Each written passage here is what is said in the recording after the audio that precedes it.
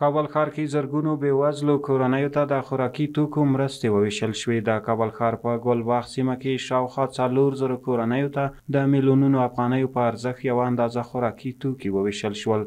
8 میلیون افغانی امروز شاهد شما بودین فقط مواد خوراکه بود. نوای مختلف کابل کسایی که مستحقین بودن همونجا وکیل گذرش یا کلانا را تیم سروی ما رفت سروی کردن، بالاخره لیست کردن یک ماه پیش از رمضان بس با کارتاشان چاپ شد، به دستای مستحقین رسیده. بسیار شفاف برای وکالات تسلیم کرده بود. وکیلا در خانه مستحق رفتن، کسایی که مستحق بودن به روزنامه هم کارتا رو توزیع کردن.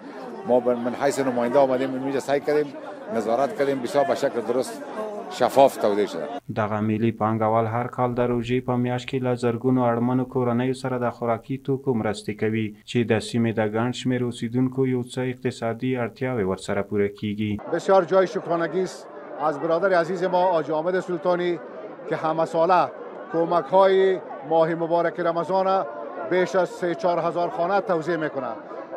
توزیع ما من حیث وکیلای گذر و من حیث نمایندای پروژه گلباغ جدید منطقه را سروی و کنترل میکنیم. برای مستحقین لیست برای سلطانی صاحب داده، اونا کارت چاپ میکنه.